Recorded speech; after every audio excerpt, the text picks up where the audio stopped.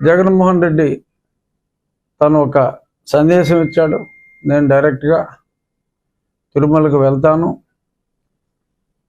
కాలినడకన వెళ్తాను, వెళ్ళి స్వామివారిని దర్శించుకుంటా 28వ తారీఖు అని చెప్పడం జరిగింది. అప్పుడు నేను స్పందించా. చాలామంది పార్టీ నాయకులు అందరూ కూడా, నారా లోకేష్ గారితో సహా అందరూ కూడా, మీరు క్రిస్టియన్ కాబట్టి డిక్లరేషన్ ఇచ్చి వెళ్ళండి అని చెప్పారు. దానికి గతంలో చైర్మన్లుగా చేసిన కరుణాకర్ రెడ్డి గారు కానీ, సుబ్బారెడ్డి గారు కానీ వారి మనోభిప్రాయం. మరి గతంలో 5 సార్లు గుడికి వెళ్ళారు. బ్రహ్మోత్సవాలప్పుడు వస్త్రాలు సమర్పించారు. మరి అప్పుడు ఎలా వెళ్ళారు అని అడుగుతున్నారు. అదొక అర్థం లేని వితండ వాదన. అప్పుడు ఎలా వెళ్ళారంటే, మీరు చైర్మన్ కాబట్టి వెళ్ళాడు. అడగవలసిన మీరే కంచె చేను మేస్తే అన్నట్టు హిందూ ధర్మాన్ని పరిరక్షించవలసిన మీరు, అతను మీ నాయకుడు కాబట్టి తలొగ్గి సాంప్రదాయాలను తుంగలో తొక్కి, మరి అబ్దుల్ కలాం లాంటి వారు కూడా ప్రెసిడెంట్ ఆఫ్ ఇండియాగా is the owner of the country in another way చెప్పాలంటే, మరి ఆయన కూడా మీ మత సాంప్రదాయాలు ఉంటాయి, నేనేం చేయాలి అంటే ఆయనే ఆ డిక్లరేషన్ తీసుకురమ్మని ఆయన సైన్ చేసి ప్రెసిడెంట్ ఆఫ్ ఇండియా గారు అబ్దుల్ కలాం గారు వెళ్ళారు. సరే, జగన్మోహన్ రెడ్డి గారిని కూడా అప్పుడు అడగపోతే చిచ్చి అన్నాడు ఆయన. ఆయన చెప్పులు వేసుకుని కూడా కొంతలోకి వెళ్ళిపోయాడు. అప్పుడు అవన్నీ మనం చూసాం. ఇప్పుడు సరే కాలినడకను మళ్ళీ వెళ్తానంటున్నాడు ఆయన. ఏమో భగవంతుడి నుంచి పిలుపు వచ్చిందేమో అని కూడా నేను చెప్పా.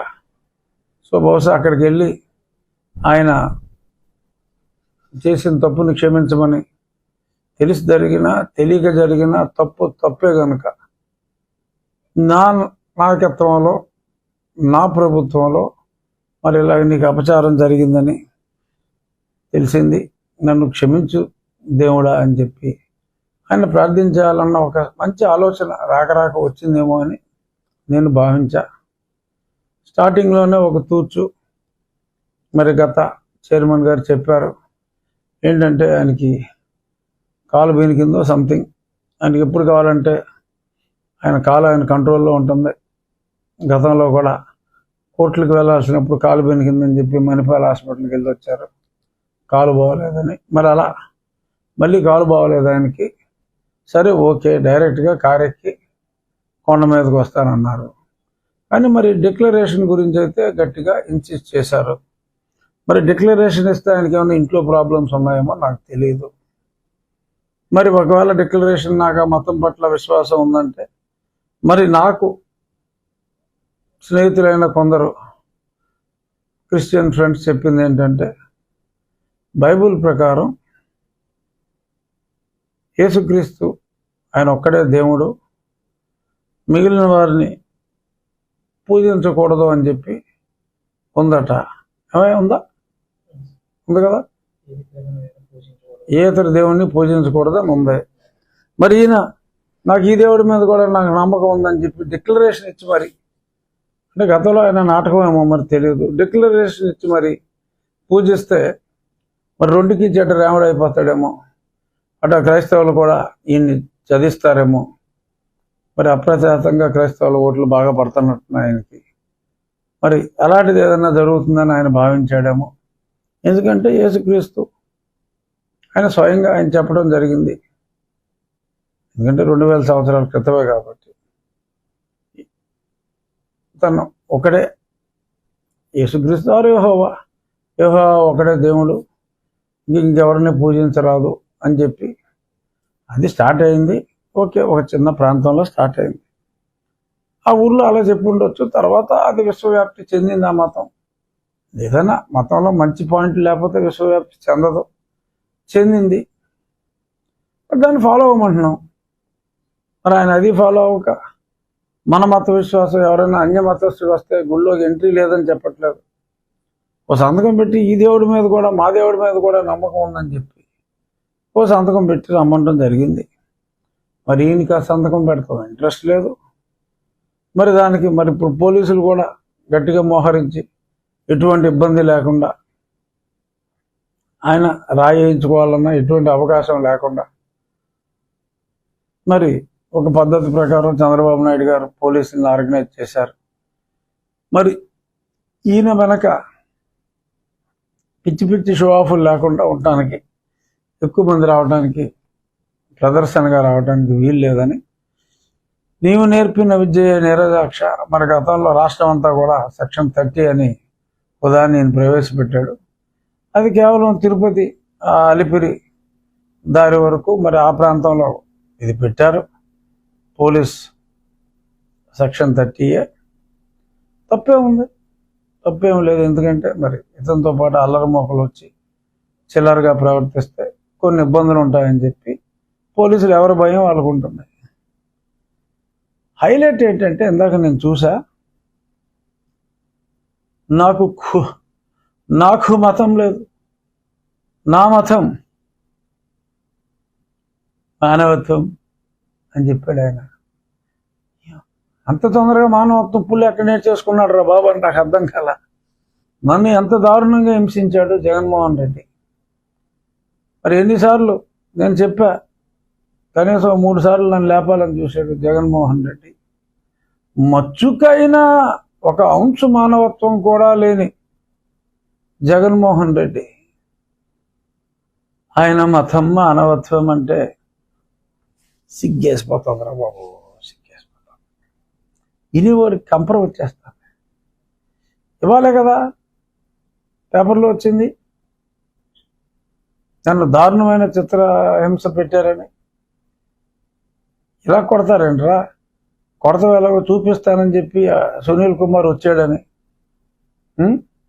వీళ్ళు చూపెడితే ఇది చాలదని చెప్పి ఈయన పయ్యోడికి చూపెడతాం కోసం చిత్రహింస డోస్ పెంచి నా గుండెల మీద కూర్చుని నన్ను ఎంత దారుణంగా ఆ మంచం విరిగిపోయినా సరే అలాగే పడుకోబెట్టి చెతకొట్టారని చెప్పి అప్పుడు నేను చెప్పాను, ఏమైందమ్మా జగన్మోహన్ రెడ్డి, వీడియో చూసినప్పుడు నీ మతమైన మానవత్వం చచ్చిపోయిందా? నీ మానవత్వం చెప్పు. సో ఇలాంటి పిచ్చి పిచ్చి డైలాగులు ఆత్రేయ గారు అద్భుతంగా రాసేవాడు. అలాంటి డైలాగులు మరి జీవిడి కృష్ణమోహన్ గారు రాసిచ్చాడా, ఇంకెవడు రాసిచ్చాడో కానీ మతం మానవత్వం అని ఎటువంటి మాటలు మాట్లాడేయటం చాలా చిరాగ్గా ఉంది. ఎనీహో సరే, ఆ మాటలు ఎవడో నమ్మడం అది వేరే విషయం. కానీ ఇప్పుడు మరి కేవలం ముఖ్యమంత్రి కింద ఉండగానే, బుల్లెట్ ప్రూఫ్ బస్సులో ఉండగానే చెట్టు మీద ఎవడన్నా బాణం వేస్తాడా, తుపాకుతో కాలుస్తాడనే భయంతో మరి చెట్లు నరికిన మహానుభావుడిగా కీర్తించబడ్డ జగన్మోహన్ రెడ్డి మరి అంతేమందిని వేసుకెళ్ళిపోతే కుదరదమ్మా, లిమిటెడ్గా రావాలమ్మా, నీ దర్శనానికి అన్ని ఏర్పాట్లు చేస్తావమ్మా, కానీ డిక్లరేషన్ మస్ట్ అమ్మా అని అన్న వెంటనే ఒక రాష్ట్ర ముఖ్యమంత్రిని, మాజీ ముఖ్యమంత్రిని దేవుని దర్శనానికి కూడా చూడనివ్వకపోవడం బాధ అనిపిస్తుంది. ఒక ఎంపీని 4.5 సంవత్సరాల పాటు కాన్స్టిట్యున్సీకి రానివ్వలేదు కదరా బాబు. ప్రధానమంత్రి వస్తే రైల్లో వేసేయమన్నావు కదరా బాబు. After all your an MLA, might be next chief minister. How does it matter? X is X. X అంటే ఇంకేం ఉండదమ్మా. ఎక్స్ఎల్కి ఏమి పెద్ద విభత్సమైన మర్యాదలు ఉండమమ్మా. ఎవరైనా ఎమ్మెల్యే నీతో పాటు ఎంతమందిని అలౌ చేస్తారు? 6 అంతే. ఎమ్మెల్యేకి అంతకన్నా ఉండదు. ఇంక వేరే పెద్దగా ఎమ్మెల్యేలు ఎవరు లేరు. మీ పార్టీలో ఉన్న ఇంకో బ్యాలెన్స్ 10 మందిని కూడా రమ్మన్నా 10 6 60 మందే. మీతో కలిపి 6 66. పోనీ ఎమ్మెల్సీలు కూడా తీసుకెళ్తే పోనీ ఇంకో 150-200 వేలకు వేల జనాన్ని తీసుకెళ్ళిపోయి అక్కడ ఏదో పెద్ద అడవుడు చేసేద్దాం అనుకుని ఏటవుతుంది? సో పద్ధతి ప్రకారంగా సంతకం పెట్టి రమ్మంటే నేను 4 గోడల మధ్యన బైబిల్ చదువుతాను, అక్కడికి వెళ్తే ఆ మతాన్ని గౌరవిస్తాను, ఇక్కడికి వెళ్తే ఈ మతాన్ని గౌరవిస్తాను. ఇదే నా గౌరవం? ఒక రూల్ ఉంది. ఆ రూల్ అంటే మధ్యలో సుబ్బారెడ్డి గారు తీసేయంట. సుబ్బారెడ్డి ఎవడో తీసేయడానికి? తరతరాలుగా వస్తున్న రూల్ని సుబ్బారెడ్డి తీసేస్తే ఇప్పుడు శ్యామలరావు పెట్టాడు శ్యామలరావు గారు ఆ రూల్ పెట్టాడు. సుబ్బారెడ్డి తీసేసిన రూలు శ్యామలరావు గారు పెట్టాడు, వెంకయ్య చౌదరి గారు పెట్టాడు. ఇప్పుడు ఫాలో అవ్వు. సుబ్బారావుకి తీసేసే హక్కు ఉంటే శ్యామలరావు గారికి పెట్టే హక్కు లేదా? ఆ రూలు, పాత రూల్ని పునరుద్ధరించే హక్కు లేదా? సో ఎక్స్ చీఫ్ మినిస్టర్ అయితే అయ్యుండొచ్చు, ఇస్ ప్రజెంట్ ఎమ్మెల్యే.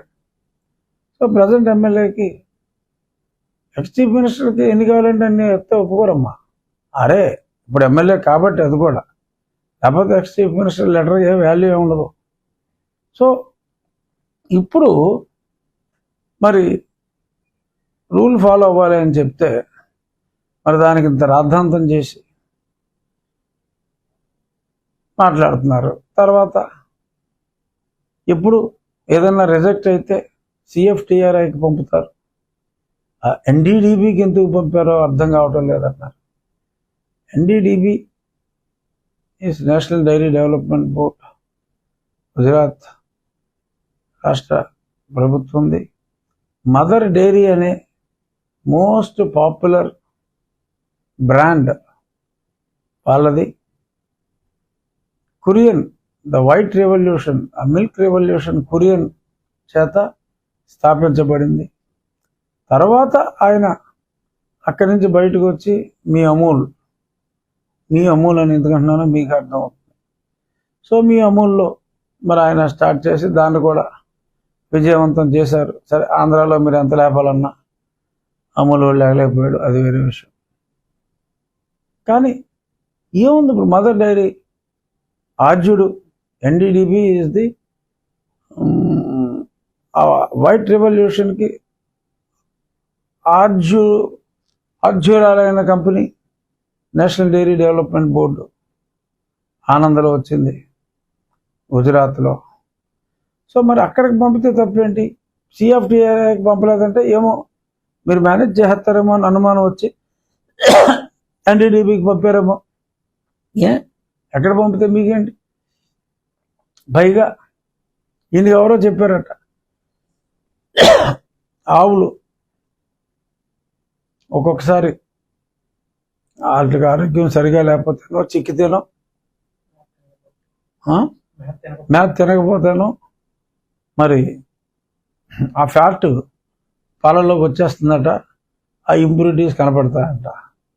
అంటే ఒక ట్యాంకర్ నెయ్యి అంటే ఎన్ని వేల లీటర్ల పాల నుంచి వస్తుంది ట్యాంకర్ నెయ్యి అంటే? ఎందుకంటే ఆవు పాలలో ఉండేదే 4.5% ఫ్యాట్. ఓ ట్యాంకర్ నెయ్యిలో పోని మేత సరిగ్గా తినని ఆవులు ఎన్ని ఉంటాయి? నీ ఇంట్లో నువ్వు బితుక్కుని పాలల్లో ఏదన్నా అందులోంచి నువ్వు ఎన్న తీసుకుంటే కొన్ని తేడా వస్తే రావచ్చు, ఒకవేళ అది నిజమైతే కాన్సెప్ట్. బట్ ఒకేసారి అన్ని వేల గోవుల పాలు అవన్నీ మేత లేక ఇంకేదో ప్రాబ్లం వచ్చి అన్ని పాలిచ్చేసి ఆ పాలన్నీ ఒకటే ఏఆర్ ఫుడ్స్కి వెళ్ళిపోయి ఏఆర్ ఫుడ్స్ కూడా ఆ పాలలోంచి వెన్న తీసేసి సప్లై చేసాడన్నా 320 రూపాయలకి ఎవడెత్తాడా? అది మినిమం కామన్ సెన్స్ పాయింట్. అది అర్థం చేసుకోవాలి. ఏదైనా కాంట్రాక్టర్గా మీరు ఏదో SRR అనే రేట్లు ఇస్తారు. ఎందుకు ఇస్తారు అవి?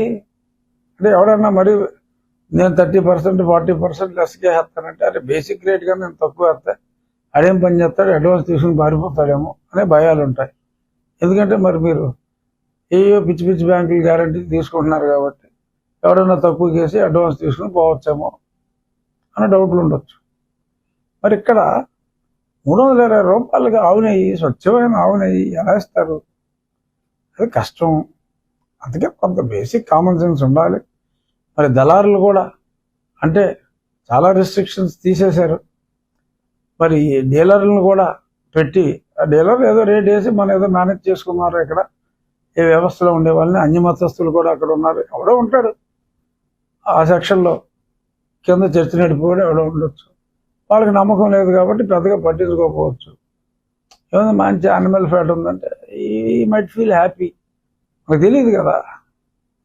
సో హిందూ సాంప్రదాయాన్ని గౌరవించే వాళ్ళే ఉండాలి, అన్య మతస్థులు ఉండకూడదని చెప్పేది అందుకనే ఇలాంటివి జరుగుతాయని. ఇవన్నీ మానేసి మళ్ళీ దానికి ఒక విశిష్టతని, ఆ లడ్డు యొక్క ప్రాశస్త్యాన్ని పునరుద్ధరించి ప్రక్షాళన చేసి మరి అన్ని సంప్రోక్షణలు చేసి తిరిగి ఒక మార్గంలో పెట్టిన చంద్రబాబు నాయుడు గారిని విమర్శిస్తూ మరి మీరు రాజకీయం చేయాలి అని అనుకుంటే మరి దానికి కుదరనందుకు ఇంత దారుణంగా మీరు మాట్లాడి, అసలు మెయిన్ వెంకటేశ్వర స్వామి దగ్గర నుంచి పిలుపు రాలా మనవాడికి ఈ పాపిని చూచుటకు, మరి ఆయన అంగీకరించలేదేమో నాకు తెలియదు. నిన్న నేను చెప్పా, వెంకటేశ్వర స్వామి దగ్గరికి ఎవరు వెళ్ళాలన్నా పిలుపు రావాల్సిందే, లేకపోతే వెళ్ళలేరని. మరి నేను వెళ్తున్నాను ఇవన్నీ చెప్పాడు కాబట్టి నిజంగా పిలుపు వచ్చిందేమో అనుకున్నా. మరి ఆయన ఎందుకనో మరి పెద్ద ఆయన కనపడుతుందా లార్డ్ వెంకటేశ్వర స్వామికి మరి ఈయన్ని 28వ తారీఖు చూడటం ఇష్టం లేనట్టుగా ఉంది. ఇప్పటికైనా మరో 10 రోజుల తర్వాత అయినా జగన్మోహన్ రెడ్డి గారు కాలు బెనుకుడు సరైన తర్వాత చక్కగా ఆర్డినరీ భక్తుల్లాగా కాలినడకన వెళ్ళి ఎటువంటి కాంట్రవర్సీ లేకుండా అక్కడ సంతకం పెట్టి దర్శనం చేసుకుని, క్షమించు స్వామి, తెలియక చేసిన తప్పు తప్పే, సో కాబట్టి నన్ను అనుగ్రహించు అని చెప్పి కోరుకోవడంలో తప్పులేదు. ప్రశాంతంగా వెళ్ళండి, నిన్ను మనసుతో సేవించుకోండి. ఎవరో అబ్జెక్ట్ చేయరు, నేను సంతకం పెడతాను అని చెప్పి వెళ్ళండి. లేదు వదిలేయి, అది ఎవడు వెళ్ళమన్నాడు? ఈ కాంట్రవర్సీ ఎవడు చేయమన్నాడు? మిమ్మల్ని ఎవరన్నా వెళ్ళమన్నారా? మీరే తగుదనమ్మా అంటే సిద్ధమైపోయారు.